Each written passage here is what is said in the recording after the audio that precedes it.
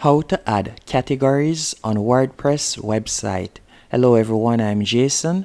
The first thing you need to do once in your WordPress admin page, you are going to go over to the left hand menu option and you are going to hover over posts, as you can see right here.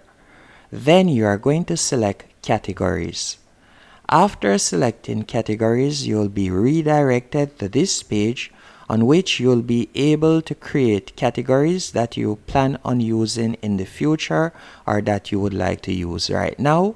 You are going to see add new category, and from here you can type in the name. Then you can also add the slug if you would like, and you can see parent category if you would like to put it as a subcategory.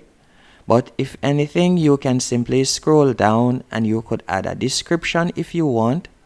Once you are finished doing this, you can simply tap on add new category at the bottom of the page, and you can see it has been added right here. And from here you could tap on edit, and then you can put the posts or posts that you like below this category. Hope you found this video helpful and informative. If you did, be sure to hit the like button and subscribe, and thank you for watching.